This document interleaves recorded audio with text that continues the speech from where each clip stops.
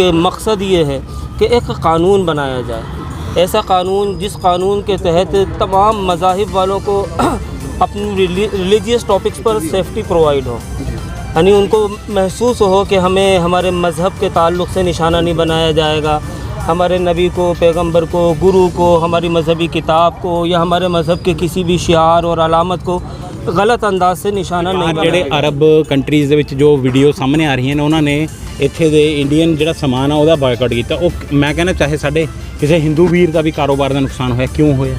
ਚੰਦ ਬੰਦਿਆਂ ਦੇ ਕਰਕੇ मैं कहना क्यों सारी कम्यूनिटी सफ़र करे। साढ़े किन्ने गैर मुस्लिम भरा दुबई दे विच बैठे ने, होर अरब कंट्रीज़ दे विच इत्थों मजदूरी करन गए होने।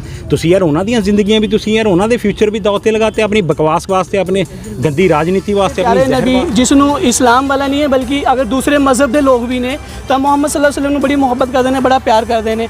जो उन्होंने ऐसे शब्द इस्तेमाल किए ने तो सारे के सारे भाईचारे को बड़ा दुख लग्या है। और जिसकी अज असीं उन्होंने अरैसट के लिए और उन्होंने FIR दर्ज करवाउण दे लई और उन्होंने उपर सख्त तो सख्त कार्रवाई करवाउण दे लई अज साने DC साहब नूं मैमोरेंडम दिता है राष्ट्रपति के नाम।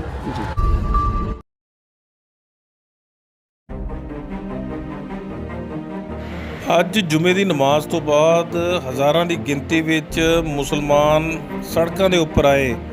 ਉਹਨਾਂ ਨੇ ਨੂਪੁਰ ਸ਼ਰਮਾ ਦੁਆਰਾ ਹਜ਼ਰਤ ਮੁਹੰਮਦ ਮੁਸਤਫਾ ਸੱਲੱਲਾਹੁ ਅਲੈहि ਵਸੱਲਮ ਸਾਹਿਬ ਦੀ ਸ਼ਾਨ ਵਿੱਚ ਕੀਤੀ ਟਿੱਪਣੀ ਦੇ ਰੋਸ ਵਜੋਂ ਇੱਕ ਪ੍ਰੋਟੈਸਟ ਕੀਤਾ। ਇਸ ਪ੍ਰੋਟੈਸਟ ਵਿੱਚ ਪੜ੍ਹੇ ਲਿਖੇ, ਅਨਪੜ੍ਹ, ਛੋਟੇ ਬੜੇ, ਗਰੀਬ, ਅਮੀਰ ਅਤੇ ਹਰ ਕਿਸਮ ਦੇ ਲੋਕਾਂ ਨੇ ਆ ਕੇ ਆਪਣੀ ਸ਼ਿਰਕਤ ਕੀਤੀ ਅਤੇ ਇਸ ਮੌਕੇ ਮੁਫਤੀ ਪੰਜਾਬ ਜਨਾਬ ਇਰਤਕਾਉਲ ਹਸਨ ਕਾਂਦਲਵੀ ਸਾਹਿਬ, ਐਡਵੋਕੇਟ ਮੁਬੀਨ ਫਾਰੂਕੀ, ਮੁਹੰਮਦ ਆਰਿਫ ਅਤੇ ਹੋਰ ਕਈ ਲੋਕਾਂ ਨੇ ਆਏ ਲੋਕਾਂ ਨੂੰ ਸੰਬੋਧਨ ਕੀਤਾ। ਜਿੱਥੇ ਇਸ ਪ੍ਰੋਟੈਸਟ ਦੇ ਵਿੱਚ ਵੱਡੀ ਗਿਣਤੀ ਦੇ ਵਿੱਚ ਮਰਦਾਂ ਨੇ ਸ਼ਿਰਕਤ ਕੀਤੀ, ਉੱਥੇ ਹੀ ਔਰਤਾਂ ਨੇ ਵੀ ਇਸ ਪ੍ਰੋਟੈਸਟ ਦੇ ਵਿੱਚ ਆ ਕੇ ਨੂਪੁਰ ਸ਼ਰਮਾ ਦੇ ਵਿਰੁੱਧ ਨਾਅਰੇ ਲਾਏ। ਇਸ ਵੱਡੇ ਇਕੱਠ ਨੇ ਸਰਹੱਦੀ ਦਰਵਾਜ਼ੇ ਤੋਂ ਲੈ ਕੇ DC दफ्तर मलेरकोटला तक मार्च। मुफ्ती साहब आज जो है बड़ा तगड़ा एहतजाज हुआ है और जो नबी पाक मोहम्मद मुस्तफ़ा क्या कहेंगे इस मौके पे आप? अल्लाह के नबी सल्लल्लाहु अलैहि वसल्लम की ज़ात एक मुसलमान के लिए अपनी ज़ात से बढ़कर है।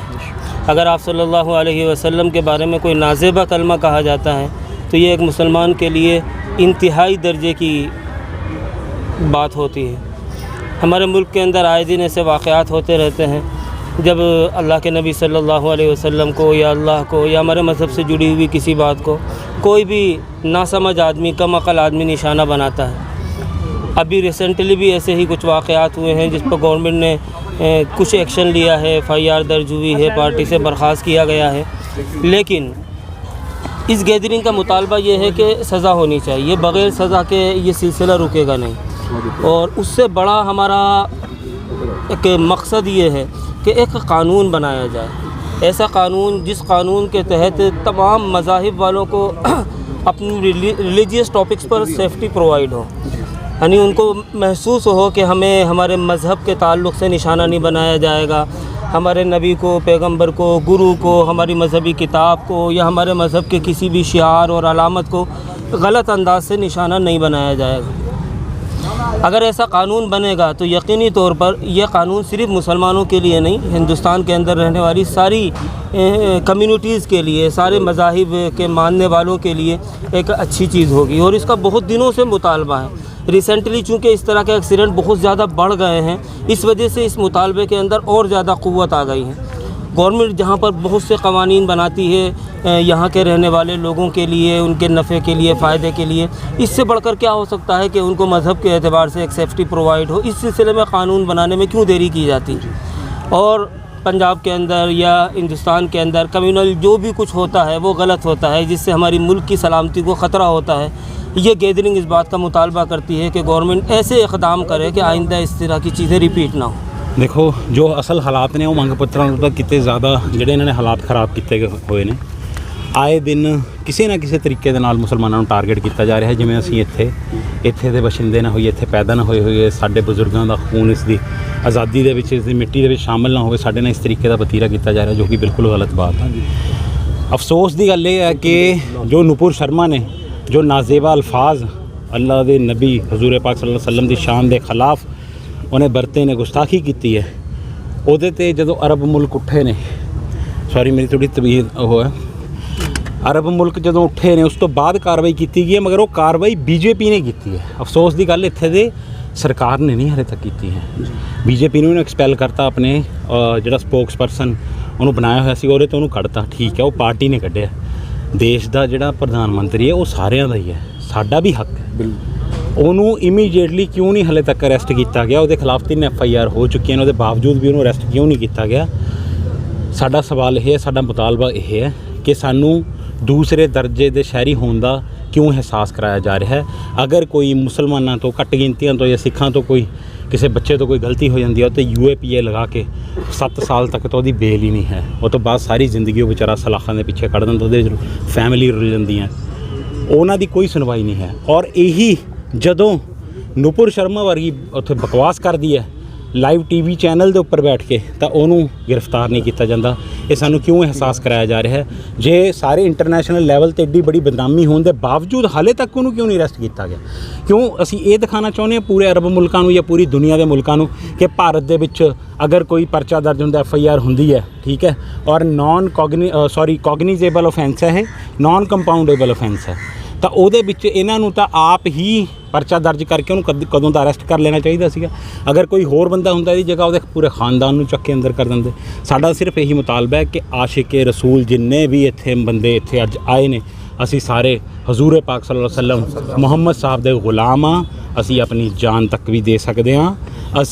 ਸਾਨੂੰ ਇਸ ਹੱਦ ਤੱਕ ਮਜਬੂਰ ਨਾ ਕੀਤਾ ਜਾਵੇ, ਇਸ ਹੱਦ ਤੱਕ ਨਾ ਸਤਾਇਆ ਜਾਵੇ। ਅਸੀਂ ਇਸ ਸੜਕਾਂ ਦੇ ਉੱਪਰ ਉਤਰੇ ਹਾਂ, ਮਗਰ ਜਿੱਥੇ ਕਿਤੇ ਜਾਨ ਦੇਣ ਦੀ ਉਹ ਹੋਈ ਤਾਂ ਇਨਸ਼ਾ ਅੱਲਾਹ ਤਾਲਾ ਆ ਗਰਦਨਾਂ ਇਹ ਸੜਕਾਂ ਦੇ ਉੱਪਰ ਵੀ ਪਈਆਂ ਹੋਣਗੀਆਂ। ਐਕਟ ਦੇ ਨਾਲ ਜਿਹੜਾ ਹੈਗਾ ਇੰਟਰਨੈਸ਼ਨਲ ਲੈਵਲ ਦੇ ਉੱਪਰ ਇੱਕ ਡਿਫੇਮ ਹੋਇਆ ਕੰਟਰੀ, ਤੁਹਾਨੂੰ ਕੀ ਲੱਗਦਾ ਵੀ ਕਿੰਨਾ ਕੁ ਡਿਫੇਮ? ਅਸੀਂ ਕਹਿੰਦੇ ਹਾਂ ਵੀ ਕਿਉਂ ਮੁਲਕ ਦੀ ਵੀ ਬੇਅਸੀ, ਇਹਦਾ ਮਤਲਬ ਹੈ ਮੁਸਲਮਾਨ ਤਾਂ ਫਿਰ ਜ਼ਿਆਦਾ ਮੁਹੱਬਤ ਕਰਦਾ ਮੁਲਕ ਨੂੰ।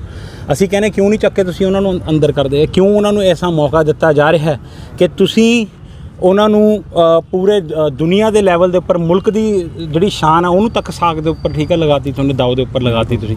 ਅਤੇ ਤੁਸੀਂ ਇੱਕ ਮੈਂ ਹੋਰ ਗੁਜ਼ਾਰਿਸ਼ ਕਰਦਾ, ਦੁਬਾਰਾ ਤੋਂ ਇਹੀ ਗੁਜ਼ਾਰਿਸ਼ ਕਰਦਾ, ਜੋ ਵੀ ਇਹ ਹਰਕਤਾਂ ਹੋ ਰਹੀਆਂ, ਉਹਨਾਂ ਪੰਜਾਬ ਦੇ ਵਿੱਚ ਜੋ ਹਰਕਤਾਂ ਹੋ ਰਹੀਆਂ ਨੇ, ਆਏ ਦਿਨ ਜਿਹੜੇ ਆਪਣੇ ਇੱਥੇ ਬਟਾਲੇ ਦੇ ਵਿੱਚ, ਕਦੇ ਹੁਸ਼ਿਆਰਪੁਰ ਦੇ ਵਿੱਚ ਅਸੀਂ ਗਏ ਸੀਗੇ, ਉੱਥੇ ਮਾਮਲਾ ਦਰਜ ਕਰਵਾ ਕੇ ਆਏ ਹਾਂ, ਤਾਂ ਇਹ ਵੀ ਕਿਉਂ ਘਟਨਾਵਾਂ ਹੋ ਰਹੀਆਂ? ਕੌਣ ਨੇ ਇਹਨਾਂ ਦੇ ਪਿੱਛੇ? ਕਿਉਂ ਨਹੀਂ ਕਾਰਵਾਈ ਹੋ ਰਹੀ? ਮੈਂ ਇਹਦੇ ਤੇ ਵੀ ਇਹ ਵੀ ਕੰਡੈਮ ਕਰਦਾ, DGP ਪੰਜਾਬ ਸਾਹਿਬ ਨੂੰ ਵੀ ਮੈਂ ਗੁਜ਼ਾਰਿਸ਼ ਕਰਦਾ ਵੀ ਜਿਹੜੇ ਬੰਦੇ ਸ਼ਰਾਰਤੀ ਹੁੰਦੇ ਨੇ, ਕਾਨੂੰਨ ਸਾਰਿਆਂ ਵਾਸਤੇ ਬਰਾਬਰ ਹੈ। ਤੁਸੀਂ ਉੱਥੇ ਅਗਰ ਕੋਈ ਕਿਸੇ ਦੀ ਧੱਕੇ ਨਾਲ ਕੋਈ ਦੁਕਾਨ ਨਹੀਂ ਬੰਦ ਕਰਾ ਸਕਦਾ।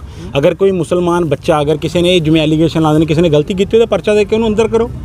ਕੋਈ ਰੋਕਦਾ ਕੋਈ ਨਹੀਂ, ਉਹਦੇ ਹੱਕ ਦੇ ਵਿੱਚ ਆਊਗਾ। ਮਗਰ ਤੁਸੀਂ ਉਹਦੀ ਆੜ ਦੇ ਵਿੱਚ ਤੁਸੀਂ ਸਾਰੇ ਮੁਸਲਮਾਨਾਂ ਦੀਆਂ ਦੁਕਾਨਾਂ ਨਹੀਂ ਬੰਦ ਕਰਾ ਸਕਦੇ। ਇਕਨੋਮਿਕਲ ਲਾਸ ਕਿੰਨਾ ਕੁ ਦੇਖਦੇ ਹੋ ਕਿ ਜੋ ਨੈਸ਼ਨਲ ਲੈਵਲ ਤੇ ਕਿੰਨਾ ਕੁ ਇਕਨੋਮਿਕਲ ਲਾਸ ਹੋ ਸਕਦਾ? ਤੁਸੀਂ ਬਾਹਰ ਜਿਹੜੇ ਅਰਬ ਕੰਟਰੀਜ਼ ਦੇ ਵਿੱਚ ਜੋ ਵੀਡੀਓ ਸਾਹਮਣੇ ਆ ਰਹੀਆਂ ਨੇ, ਉਹਨਾਂ ਨੇ ਇੱਥੇ ਦੇ ਇੰਡੀਅਨ ਜਿਹੜਾ ਸਮਾਨ ਆ ਉਹਦਾ ਬਾਇਕਾਟ ਕੀਤਾ। ਉਹ ਮੈਂ ਕਹਿੰਦਾ ਚਾਹੇ ਸਾਡੇ ਕਿਸੇ ਹਿੰਦੂ ਵੀਰ ਦਾ ਵੀ ਕਾਰੋਬਾਰ ਦਾ ਨੁਕਸਾਨ ਹੋਇਆ, ਕਿਉਂ ਹੋਇਆ?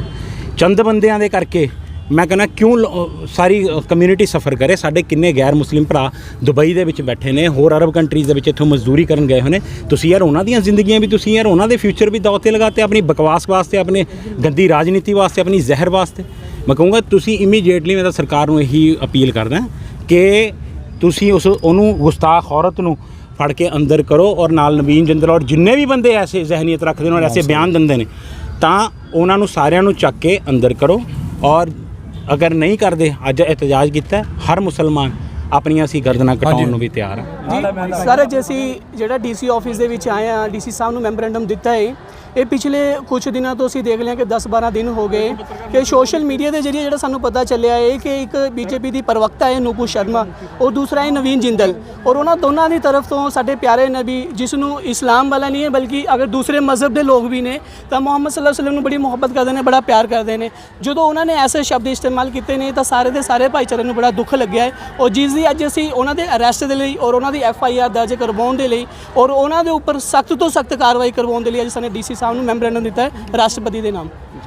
ਤੁਹਾਡੇ ਨਾਲ ਮਹਿਲਾਵਾਂ ਵੀ ਬੜੇ ਪੱਧਰ ਤੇ ਨਾਲ ਨੇ ਤੇ ਬੜਾ ਰੋਸ਼ ਹੈ, ਤੇ ਕੀ ਕਹੋਗੇ? ਸਰ ਬਿਲਕੁਲ, ਕਿਉਂਕਿ ਸਾਡੀ ਆਵਾਜ਼ ਸਾਰਿਆਂ ਨੂੰ ਹੀ ਥੀ। ਸਾਡੀ ਆਵਾਜ਼ ਇਕੱਲੀ ਮਰਦ ਇਨਸਾਨ ਨੂੰ ਨਹੀਂ ਥੀ, ਬਲਕਿ ਸਾਡੀ ਜਿਹੜੀ ਆਵਾਜ਼ ਸੀ ਉਹ ਲੇਡੀਜ਼ ਨੂੰ ਵੀ ਥੀ, ਕਿਉਂਕਿ ਜਿਹੜੇ ਅੱਲਾ ਦੇ ਨਬੀ ਸੱਲੱਲਾਹੁ ਅਲੈहि ਵਸੱਲਮ ਨੇ ਉਹ ਇਕੱਲੇ ਮਰਦਾਂ ਦੇ ਨਹੀਂ ਹੈਗੇ ਜਾਂ ਬੱਚਿਆਂ ਦੇ ਨਹੀਂ ਹੈਗੇ, ਬਲਕਿ ਉਹ ਸਾਰੇ ਦੇ ਹੀ ਨੇ। ਅੱਲਾ ਦੇ ਨਬੀ ਸੱਲੱਲਾਹੁ ਅਲੈहि ਵਸੱਲਮ ਤੋਂ ਜੋ ਹੈਗੇ ਨੇ ਉਹ ਇਸ ਦੁਨੀਆ ਦੇ ਵਿੱਚ ਜੋ ਉਹਨਾਂ ਦੀ ਉਮਤ ਦੇ ਵਿੱਚ ਪੈਦਾ ਹੋ ਗਿਆ, ਉਹ ਕਿਸੇ ਵੀ ਮਜ਼ਹਬ ਨੂੰ ਮੰਨਣ ਵਾਲਾ ਹੈ, ਉਹ ਉਹਨਾਂ ਦੇ ਵੀ ਉਨੇ ਹੀ ਨਬੀ ਨੇ। ਇਸ ਕਰਕੇ ਸਾਡੀ ਆਵਾਜ਼ ਸਾਰਿਆਂ ਨੂੰ ਥੀ, ਨਾ ਕਿ ਇਕੱਲੇ ਮੁਸਲਿਮ ਭਾਈਚਾਰੇ ਨੂੰ। ਜਿਹੜੇ ਨਬੀ ਸੱਲੱਲਾਹੁ ਅਲੈहि ਵਸੱਲਮ ਨੂੰ ਮੁਹੱਬਤ ਕਰਦੇ ਨੇ, ਚਾਹੇ ਉਹ ਕਿਸੇ ਵੀ ਧਰਮ ਦੇ ਵਿੱਚ ਨੇ, ਅਸੀਂ ਉਹਨਾਂ ਨੂੰ ਵੀ ਆਵਾਜ਼ ਲਗਾਈ ਥੀ ਕਿ ਅੱਜ ਇਹ ਸੋਚੋ ਕਿ ਮੁਹੰਮਦ ਸੱਲੱਲਾਹੁ ਅਲੈहि ਵਸੱਲਮ ਚਲੋ ਇੱਕ ਮੁਸਲਮਾਨ ਕਹਿੰਦੇ ਕਿ ਬਾਜ਼ ਲੋਕ ਕਹਿੰਦੇ ਕਿ ਮੁਸਲਮਾਨਾਂ ਦੇ ਨਬੀ ਨੇ, ਅੱਜ ਸਾਡੇ ਨਬੀ ਦੇ ਬਾਰੇ ਗਲਤ ਅਲਫਾਜ਼ ਇਸਤੇਮਾਲ ਕੀਤੇ ਗਏ ਨੇ। ਕੱਲ੍ਹ ਨੂੰ ਕਿਸੇ ਹਿੰਦੂ ਦੇ ਐਸੇ ਦੇਵਤਾ ਨੇ ਕਿ ਉਹਨਾਂ ਬਾਰੇ ਵੀ ਕੋਈ ਇਸਤੇਮਾਲ ਕਰ ਸਕਦਾ ਹੈ, ਕੋਈ ਸਿੱਖਾਂ ਦੇ ਜਿਹੜੇ ਗੁਰੂ ਨੇ ਕੋਈ ਉਹਨਾਂ ਦੇ ਬਾਰੇ ਵੀ ਗਲਤ ਇਸਤੇਮਾਲ ਕਰ ਸਕਦਾ ਹੈ। ਇਸੇ ਕਰਕੇ ਅਸੀਂ ਸਾਰਿਆਂ ਨੂੰ ਅਪੀਲ ਕੀਤੀ ਸੀ ਔਰ ਸਾਨੇ ਦੇਖਿਆ ਕਿ ਇਨਸ਼ਾਅੱਲਾ ਇਸ ਪ੍ਰੋਟੈਸਟ ਦੇ ਵਿੱਚ ਮੁਸਲਮਾਨ ਵੀ, ਸਿੱਖ ਵੀ, ਹਿੰਦੂ ਵੀ, ਈਸਾਈ ਸਾਰੇ ਪਹੁੰਚੇ ਨੇ।